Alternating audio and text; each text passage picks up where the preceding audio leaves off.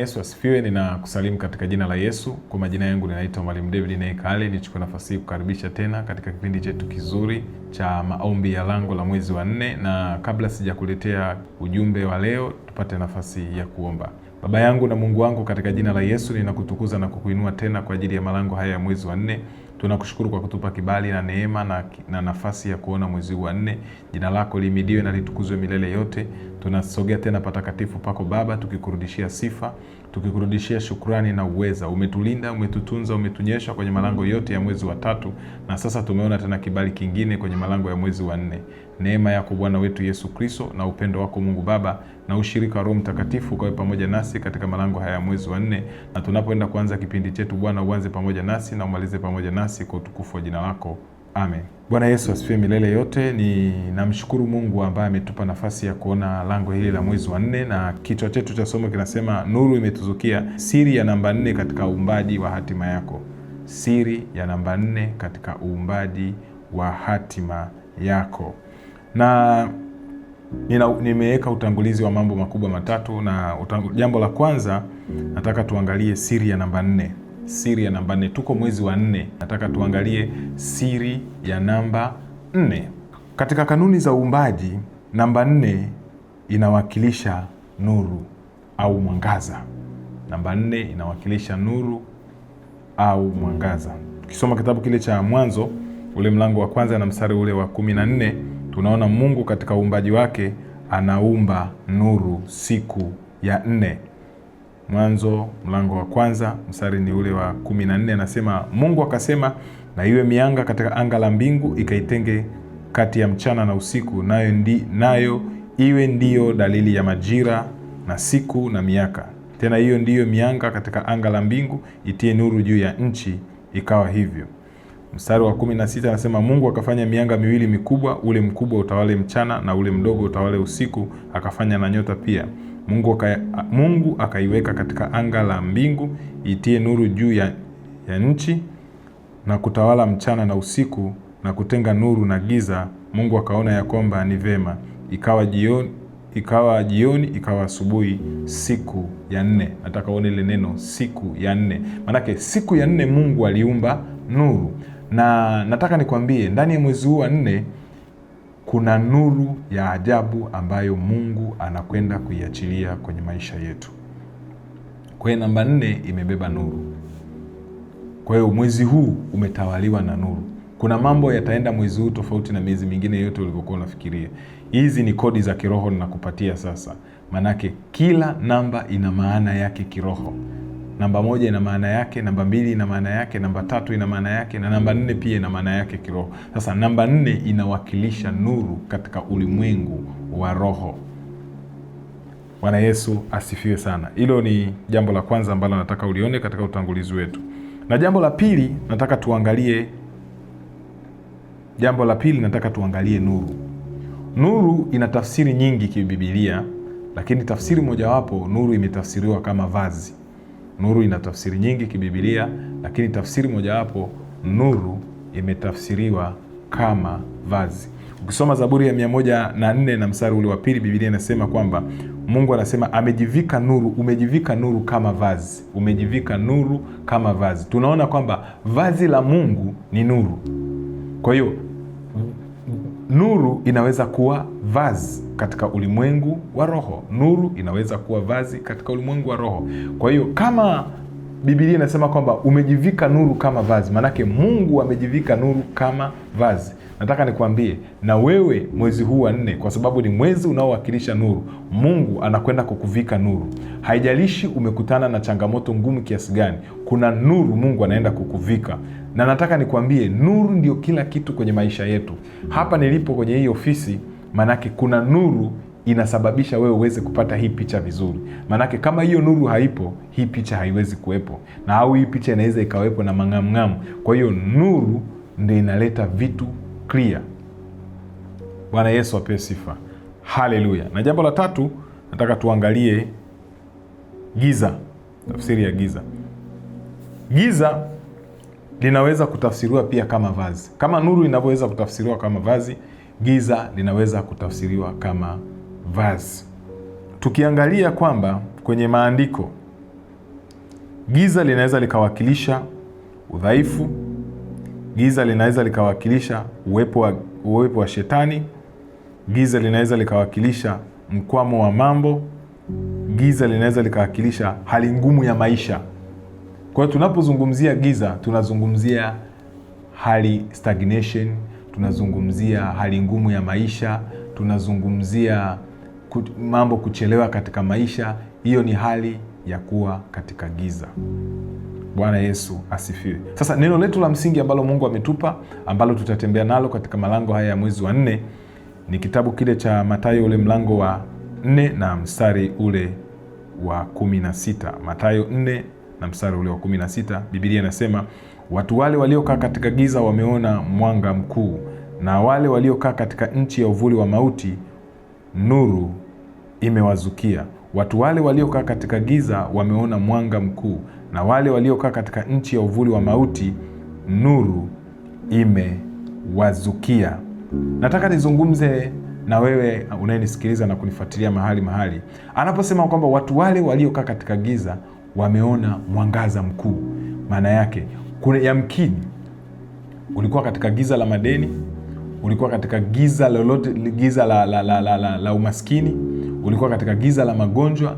Biblia inaniambia kwamba wameona mwangaza mkuu.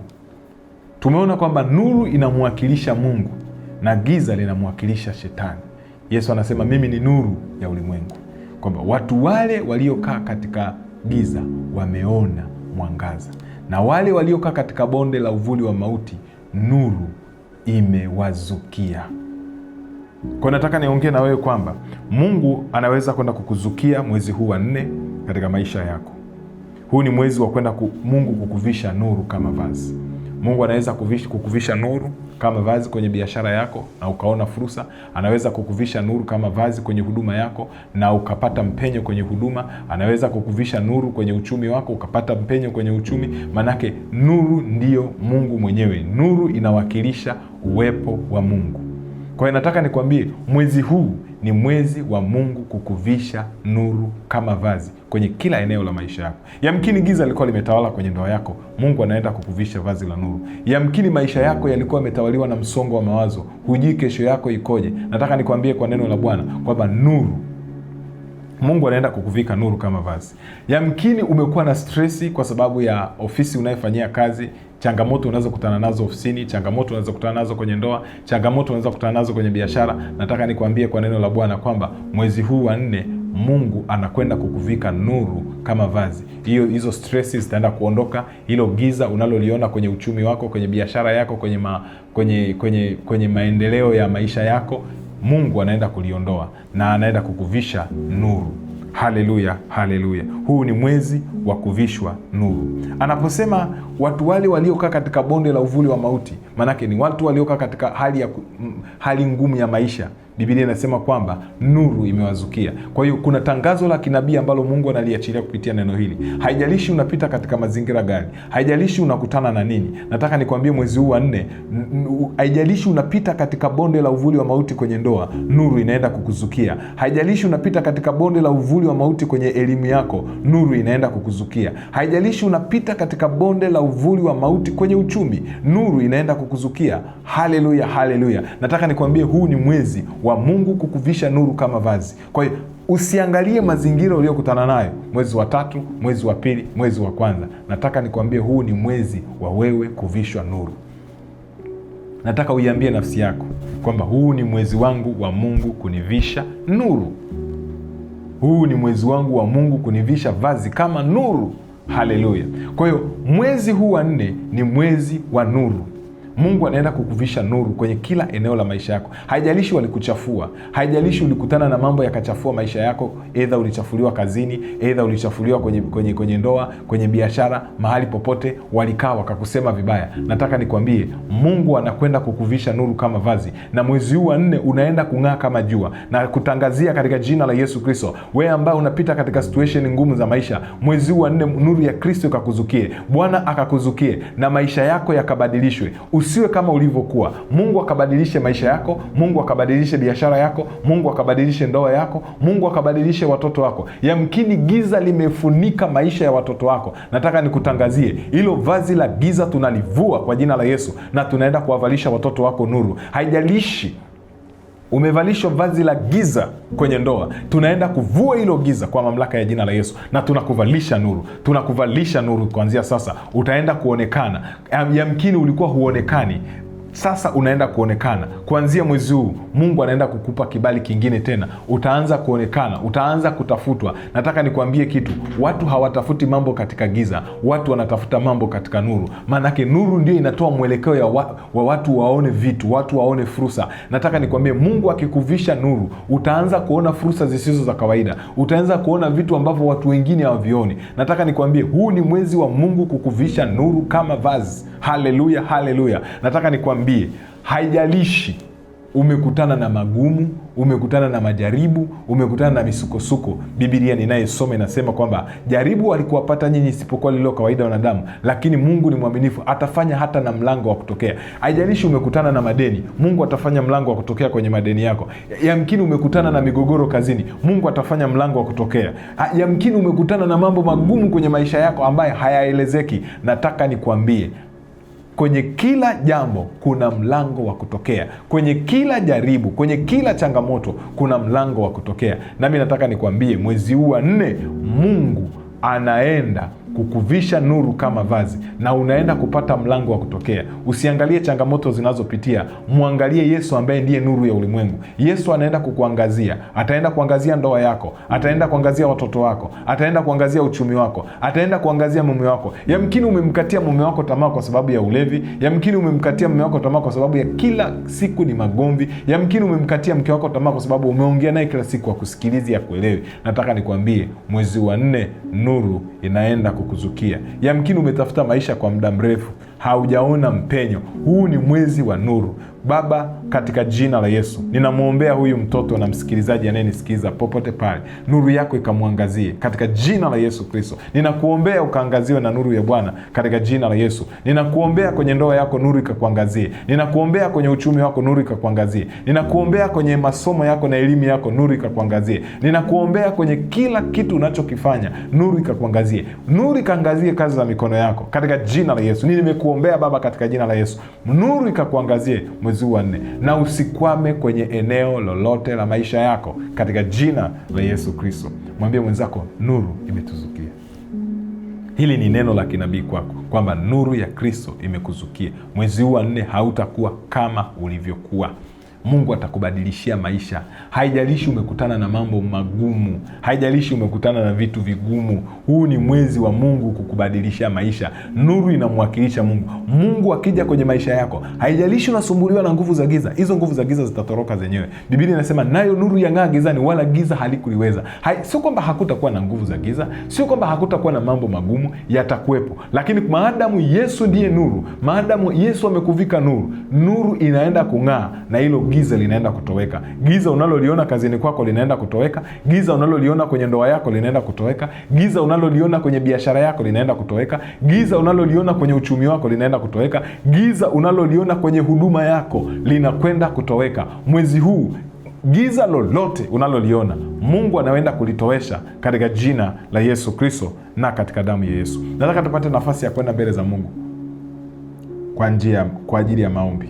Na nataka tuombe Mungu akuvishe nuru kama vazi, kwenye biashara, kwenye uchumi, kwenye ndoa, kazini kwako, kila mahali ukivishwa nuru. Mimi ninaamini kwa sababu nuru ni vazi la Mungu. Maanake Mungu akikuvisha vazi lake, kila mahali utakakoenda utakubalika. Kila utakachokifanya kitafanikiwa. Kila utakachokiendea kitakaa sawa sawa. Kwa hiyo usiogope juu ya hali unayopitia. Tamani Mungu akuvishe nuru kama vazi, kama yeye alivyosema kwenye Zaburi ya 104 mstari wa 2, amejivika nuru kama vazi. Yeye mwenyewe amejivika nuru, nami nakuvika nuru ya Kristo kuanzia sasa, na kila utakachokifanya kitafanikiwa, na kila utakachokiwaza kitatekelezeka katika jina la Yesu na katika damu ya Yesu Kristo. Lakini nataka nitoe nafasi hii. Yamkini umekutana na vipindi vigumu vya maisha, ukafika mahali ukamwacha Mungu, ukafika mahali ukauacha wokovu.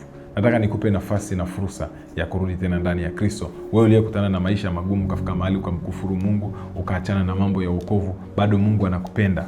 Bado Mungu anakupenda. Ndio maana Biblia inasema kwa maana jinsi hii Mungu aliupenda ulimwengu hata akamtoa mwanao pekee ili kila muamini asipotee bali awe na uzima wa milele. Unapomwamini Mungu anakupa uzima wa milele. Anakupa uzima wa milele. Kwa hiyo usiache uzima wa milele ukaondoka kwa sababu ya hali unayopitia au magumu uliyokutana nayo. Nataka urudie maneno haya ya sala ya toba, na naamini kwamba utakaposali sala hii, kama ulikuwa umemwacha Mungu, utarudi kwenye kundi la Mungu, na kama ulikuwa hujaokoka utaokoka. Na ukishaokoka, Biblia inasema mtu akiwa ndani ya Kristo amekuwa kiumbe kipya, ya kale yamepita. Maana yake unapookoka, Mungu anafunga ukurasa wa mambo ya zamani, anafungua ukurasa wa mambo mapya. Kwa hiyo tegemea kabisa utakapopata nafasi ya kuokoka, hasa tena katika kipindi hichi cha Pasaka. Ni kipindi muhimu sana kwenye maisha yako, kwa sababu kipindi hichi ndio kinaeleza maana ya halisi ya Yesu kuja duniani.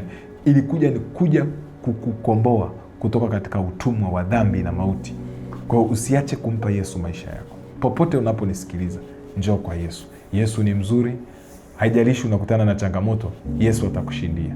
Na haimaanishi kwamba ukikaa ndani ya Kristo Yesu hautakutana na changamoto. Tofauti ya sisi na watu wa dunia ni kwamba sisi tunapokutana na changamoto na majaribu, tunaye Yesu anaweza kutatua changamoto na majaribu.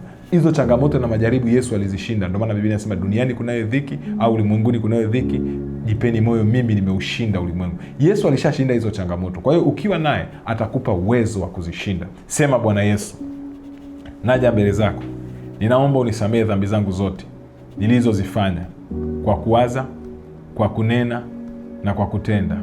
Kuanzia leo hii nimekukiri wewe kama Bwana na Mwokozi wa maisha yangu, na kuanzia sasa ninamkataa shetani na mambo yake yote na kazi zake zote. Nimeamua kukufuata wewe Yesu, nimekuamini wewe na nimekukiri kwamba wewe ni Bwana na Mwokozi wa maisha yangu, na ninaamini kwamba ulikufa na ukafufuka katika wafu, katika jina la Yesu na katika damu ya Yesu Kristo. Amen. Tulia niombe kwa ajili yako wewe uliyepata nafasi ya kuokoka, lakini pia nitaomba kwa ajili ya wewe Mungu akakuvike nuru kama vazi wale wengine ambao walioko kwenye wokovu. Baba, katika jina la Yesu Kristo na katika damu ya Yesu, ninasogea mbele zako. Neno lako linasema mwenye dhambi moja akitubu, mbinguni wanafurahi na kushangilia. Asante kwa neema yako na kibali chako na baraka zako ambazo Mungu umeziachilia tena kwenye maisha ya msikilizaji anayenisikiliza na kulifuatilia. Tazama, Mungu huyu aliyekuwa yuko nje ya kundi amerudi kundini. Baba, neno lako linasema ni furaha kubwa mbinguni mwenye dhambi moja akitubu. Na mimi yuko zaidi ya mmoja aliyetubu. Mungu, pokea sifa na heshima na utukufu kwa ajili ya huyo kijana, kwa ajili ya huyo mama, kwa ajili ya huyo kaka, kwa ajili ya huyo dada, kwa ajili ya huyo baba ambaye ameamua kukupa maisha yake na kuzaliwa mara ya pili. Na neno lako linasema kwamba mtu akiwa ndani yako Kristo amekuwa kiumbe kipya. Ninaomba Mungu, zile changamoto zote anazozipitia ukaziondoe na ukafungue ukurasa mpya katika maisha yake, katika jina la Yesu na katika damu ya Yesu Kristo wa Nazareti aliye hai. Baba yangu na Mungu wangu, katika jina la Yesu ninamuombea popote pale alipo sasa, umlinde. Bwana, asirudi tena kwenye dhambi, asirudi tena kwenye uovu, asimame katika neema ya wokovu, atembee katika wokovu, katika jina la Yesu na katika damu ya Yesu Kristo. Na neno lako linasema kwamba kwenye Zaburi ya 104 umetuvika nuru kama vazi. Baba, ninaomba ukamvike nuru kama vazi katika jina la Yesu, akatembee katika neema yako, akatembee katika kibali chako, mwezi wa 4 akafanikiwe. Ninawaombea na wale wengine wote ambao Bwana wamekutana na changamoto mbalimbali. Wengine wamekutana na changamoto kwenye maofisi, wengine wamekutana na changamoto kwenye ndoa, wengine wamekutana na changamoto za kiafya. Baba, ninaomba ukawavike nuru kama vazi katika jina la Yesu. Mwezi wa 4 Bwana, ninaomba uwavike nuru kama vazi katika jina la Yesu. Wavike nuru kazini kwao, wavike nuru kama vazi kazini kwao, wavike nuru kama vazi kwenye ndoa yao, wavike nuru kama vazi kwenye biashara zao katika jina la Yesu, kwenye kilimo chao, kwenye ufugaji wao. Kanda rabosika rabahande risita bazoya mahanda babayande rebosaika resateka bazoko bayande rebokorobosia rapa korobosiki riasanda rabosia rika parasanta babakanda rabosia masata kapayanda rabakokorobokosira rika paramasanto babadiande rebosia masata kapayande rebosanda rabokorobosia ropo korobosiki riasanda rabosia kiria sanda rabakorobo santa babadia nderebosia masata kapayanda rabakorobo santa babadia kanda rabosikiria sira rika paramasanto babadia nderebosia makakakaseta vezoya babadia, katika jina la Yesu Kristo. Mungu, ninaomba katika damu ya Yesu ukamvike nuru kama vazi. Mwezi wa 4 ukawa ni mwezi wa baraka. Tunatangaza kuanzia tarehe 1 nuru ya Kristo ikaangaze, nuru ikamwangazie kwenye tarehe 1 ya mwezi wa 4, nuru ikamwangazie kwenye tarehe 2 ya mwezi wa 4, nuru ikamwangazie kwenye tarehe 3 ya mwezi wa 4, nuru ikamwangazie kwenye tarehe 4 ya mwezi wa 4, nuru ikamwangazie kwenye tarehe 5 ya mwezi wa 4, nuru ikamwangazie kwenye tarehe 6 ya mwezi wa 4, nuru ikamwangazie kwenye tarehe 7 ya mwezi wa 4, nuru ikamwangazie kwenye tarehe 8 ya mwezi wa 4, katika jina la Yesu Kristo. Tarehe 9 na yatangazia kwenye ulimwengu wa roho, nuru ikaangaze kwenye maisha yako. Tarehe 10 ukaangaziwe na nuru, wala giza lisiingie kwenye maisha yako. Tarehe 11 naitangazia nuru, tarehe 12 naitangazia nuru, tarehe 13 naitangazia nuru, tarehe 14 naitangazia nuru, tarehe 15 naitangazia nuru, tarehe 16 naitangazia nuru, tarehe 17 naitangazia nuru, tarehe 18 naitangazia nuru, tarehe 19 naitangazia nuru, tarehe 20 naitangazia nuru, tarehe 21 naitangazia nuru, tarehe 22 naitangazia nuru, tarehe 23 naitangazia nuru, tarehe 24 naitangazia nuru, tarehe 25 naitangazia nuru, tarehe 26 naitangazia nuru, tarehe 27 naitangazia nuru, tarehe 28 naitangazia nuru, tarehe 29 naitangazia nuru, tarehe 30 naitangazia nuru. Tarehe zote za mwezi huu wa 4 nimetangaza nuru itangaza kwenye maisha yako, na kila utakachokifanya kitafanikiwa. Ninatangaza afya njema, ninatangaza baraka za Mungu zikapite juu ya afya njema. Mungu akakupe afya njema. Wewe ambaye hauna afya, uliko hospitali, uko mahali popote ni mgonjwa, au ndugu yako ni mgonjwa, ninatangaza afya njema kwa ajili ya huyo mgonjwa katika jina la Yesu. Wewe unayepita changamoto za mahusiano, neema ya Mungu ikaingilie kati. Mungu akavike mahusiano yenu nuru kama vazi. Kanda rabosikiria shanda rabosia rika paramasanto babadia nderebosia ropo korobo santa babakanda rabosia. Wewe unahitaji breakthrough ya kiuchumi, Mungu akakuvike nuru kama vazi na ukapate breakthrough kwenye uchumi wako. Rika parasanto babayanda rabosia raseta kavazoya babayande rebosaika maka kakarasola faramagadaza yesalabazoya mahande rebosaika babadia, katika jina la Yesu, katika damu ya Yesu. Mungu na akuvike nuru kama vazi. Rapa korobosiki ya sira rika paramasanto babadia. Kwenye biashara yako Mungu na akuvike nuru kama vazi. Kwenye huduma yako Mungu na akuvike nuru kama vazi, na mwezi wa 4 ukafanye mambo makubwa katika jina la Yesu, katika damu ya Yesu. Ramandarabosika rabasaya resata bezoyo babadia nderebosia rapikiria sanda rabakorobokosira rika paramasanto babakanda rabosia makarabasanda rabosiki ya sira rika paparasota bazoya babadia masata kazoko babayanda rabosia manda rabakorobosiki ya sira rika paramasanto babakanda rabosia ropo korobosiki ya sira, katika jina la Yesu Kristo, katika damu ya Yesu Kristo, katika jina la Yesu Kristo, katika damu ya Yesu Kristo. Mungu wa utukufu na Baba milele, wewe ni Mungu ambaye unaenda kubadilisha maisha ya watu. Ninawaombea mahitaji yao yote walio nayo mwezi wa 4 Bwana. Ninaomba ukaingilie kati na kuwasaidia, kwa sababu wewe ni nuru ya ulimwengu. Angaza kwenye hayo mahitaji, wape haja za mioyo yao, kila hitaji wanaloliombea Mungu kawape. Ninaombea mahitaji ya huyo baba, ninaombea mahitaji ya huyo dada, ninaombea mahitaji ya huyo kaka, ninaombea mahitaji ya huyo mama alio nayo kwa ajili ya mwezi huu. Mahitaji ya mwezi huu Bwana, kutana na haja za mioyo yao. Kuna wengine wanahitaji fedha za mtaji, kuna wengine wanahitaji watoe kwenye madeni. Na mimi ninavunja hiyo roho ya deni, ya madeni kuanzia sasa, na natangaza breakthrough. Mungu akaondoe hayo madeni. Rama kakakaseka pazoya. Mungu akakuvike uwezo wa kuondoa, akakuvike vazi ambalo utaondoka kwenye madeni. Ninavua hilo vazi la madeni na kuvalisha vazi la utajiri, na kuvalisha vazi la kufanya kazi kwa bidii, na Mungu afungue milango yako ya kiuchumi katika jina la Yesu Kristo. Neno la Mungu linasema kwamba maana mimi ni Bwana Mungu wako, nikupae nguvu za kupata utajiri. Natangaza na kuvisha uweza wa utajiri kuanzia sasa. Hautadumu tena kwenye madeni. Yamkini umedumu kwenye madeni kwa muda mrefu. Ninakuombea sasa neema ya Mungu ikaingilie kati, na Mungu akashughulike na madeni yako katika jina la Yesu. Mwezi wa 4 ukawe wa baraka. Mungu akashughulike na issue ya visa kwa wale wanaohitaji visa. Kanda rabosiki ya sira. Mungu akashughulike na issue za masomo kwa wale wanayosoma. Karia soka vazoya mahande rekrezoto kozaya babadiande rabosia, katika jina la Yesu. Na Mungu akalete mpenyo mkubwa kwenye maisha yako. Mungu akayafungue maisha yako. Mwezi wa 4 ukawe ni mwezi wa baraka. Mwezi wa 4 ukawe ni mwezi wa neema. Mwezi wa 4 ukawe ni mwezi wa kibali. Natangaza katika jina la Yesu, mwezi wa 4 hautakuwa kama ulivyokuwa. Ninavunja mamlaka za giza, ninavunja maroho ya uchawi, ninavunja maroho ya uganga yaliyokuwa na kunyemelea, na kila mishale iliyokuwa inasukumwa kwenye maisha yako ninaipindua kwa jina la Yesu. Ninaingia katika ulimwengu wako wa kiroho, ninaharibu kila kazi za shetani, ninavunja kila kazi za shetani maana Kristo Yesu alidhihirishwa ili azivunje kazi za shetani. Ninavunja makazi ya uchawi, ninavunja uchawi unaokufuatilia, uganga na vifungo vya namna mbalimbali. Ninavunja hivyo vifungo kwa mamlaka ya jina la Yesu. Roho za laana na mikosi, balaa, misirani, viapo, maapizo yaliyokuwa yametamkwa juu ya maisha yako, ninavuruga na kuangusha kwa mamlaka ya jina la Yesu Kristo. Hayatasimama kwenye lango lako la mwezi wa 4. Natangaza kwa jina la Yesu Kristo, huu ni mwezi wa ushindi. Natangaza na kutabiri, nuru itaenda kukuzukia. Mwezi wa 4 unaenda kuzukiwa na nuru yake Bwana. Hakuna giza litatawala maisha yako. Maisha yako yatatawaliwa na nuru katika jina la Yesu Kristo, katika damu ya Yesu Kristo. Nimetangaza kuanzia sasa, nuru inaenda kukuzukia. Mahitaji yako yote Mungu akutane naye, akuvishe kibali kipya, akuvishe nuru mpya katika jina la Yesu, katika damu ya Yesu. Rapa papa sota vazoya rezoto kosata baba hanto brozenda mesate kavazoya babadia nderebosia rapesatuza bahande lebosaika, katika jina la Yesu Kristo, katika damu ya Yesu. Natangaza kwa mamlaka ya jina la Yesu, natangaza kwa mamlaka ya damu ya Yesu, kuanzia sasa mwezi wa 4 nimefungua maisha yako, na kuanzia sasa uchumi wako utakuwa vizuri. Mahusiano yako yalikuwa na legalega yatatulia na kukaa sawa sawa katika jina la Yesu Kristo, katika damu ya Yesu Kristo. Natangaza breakthrough kwenye uchumi wako, natangaza breakthrough kwenye ndoa yako, natangaza breakthrough kwenye biashara yako, natangaza breakthrough kwenye ndoa yako katika jina la Yesu Kristo. Reseta vazoya baba hanto brozenda, katika jina la Yesu. Mwezi wa 4 hautakuwa kama ulivyo. Nimekutangazia kuanzia sasa, na mahitaji yako yote nimeyaombea kwa jina la Yesu na katika damu ya Yesu. Mungu, asante kwa sababu ya uaminifu wako na ukuu na nguvu zako. Tunalihimidi jina lako na kulitukuza, na tukiamini kwamba mwezi wa 4 ni mwezi wa ushindi, ni mwezi wa baraka, ni mwezi wa neema na ni mwezi wa kibali, katika jina la Yesu na katika damu ya Bwana wetu Yesu Kristo. Utukufu na wewe Bwana milele na milele. Amen.